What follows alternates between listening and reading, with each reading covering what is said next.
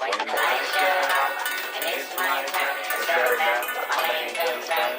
I'm a bet you will sing about me. Hi, I'm Kian Karamdashti. On November 24th, the grand jury in Ferguson, Missouri declared that Officer Darren Wilson would not be indicted in the killing of unarmed 18-year-old Michael Brown. This decision sparked mass controversy all over the country, especially in Ferguson. Let's see how Carmel students feel about this. Hi, I'm with Senior Sam King, and from my understanding, you were at the Ferguson protest in San Francisco? Yeah.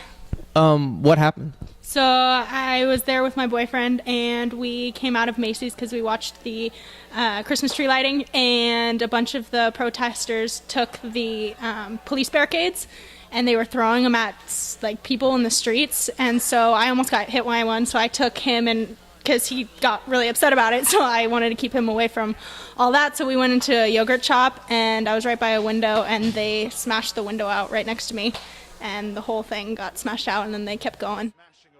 What were your first thoughts when you heard the decision in Ferguson and in the Eric Garner case? I was just really disappointed, and I thought that justice wasn't served at all.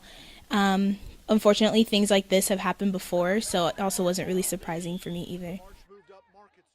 What was your first reaction when you heard the decision by the grand jury in Ferguson and the recent decision regarding the Eric Garner case?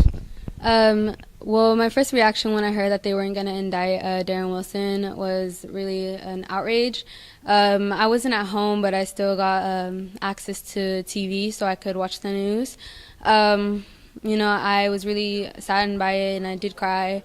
I was very upset. Of course, I went to social media and expressed my outrage. A lot of people shared my opinion on it. Regarding Eric Gardner, I was also very upset about that because of the evidence that they have against the police officer and how they chose still not to indict him. What do you hope can change in the future regarding this issue in America?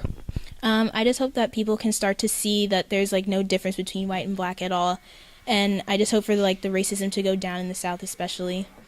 Well, I just feel like it was appropriate for them to be outraged that the police are again, having them be criminalized and,